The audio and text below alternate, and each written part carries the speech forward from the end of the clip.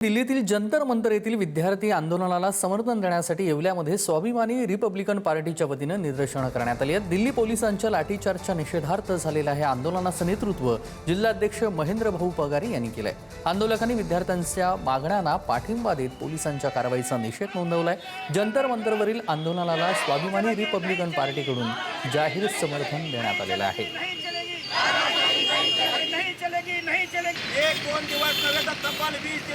दिल्ली ते जंतर मंतरच्या आंदोलनाला येवल्यातून पाठिंबा मिळत आहे। आपल्यासोबत आहे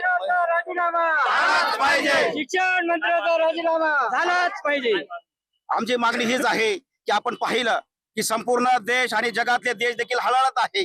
ज्या दिल्लीमध्ये विद्यार्थ्यांवर एक न्याय मागण्यासाठी लोकशाही मार्गाने आंदोलन करत असणाऱ्या विद्यार्थ्यांवर अमानुषपणे पोलिसांना पुढे करून त्यांना लाठीचार्ज करण्यात आला, कितीतरी मुलांना जखमी करण्यात आला। त्यांचं भविष्याचं काय? आम्ही जरी दिल्लीला जाऊ शकत नाही, परंतु ते देखील आमचे बांधव आहे। हा देश कुणा एका बापाचा नाही, सर्वांचा देश आहे। म्हणून ज्या दिल्ली मधल्या मुलांवर जो अन्याय होतो, तो अन्यायाला जर वाचा फोडली नाही, अजूनही शिक्षण मंत्र्यांनी जर राजीनामा जर दिला नाही, तर पुढच्या हप्त्यातच आम्ही या येवल्यामध्ये त्या विद्यार्थ्यांना पाठिंबा म्हणून जेल भरून आंदोलन केल्याशिवाय राहणार नाही। हा आमचा शासन आणि प्रशासनाला इशारा आहे।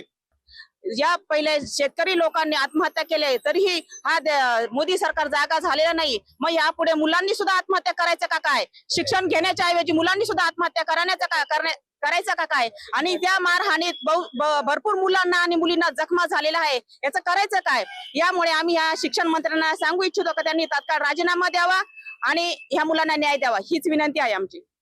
पुढारी न्यूज साठी संतोष बटा, येवला, नाशिक।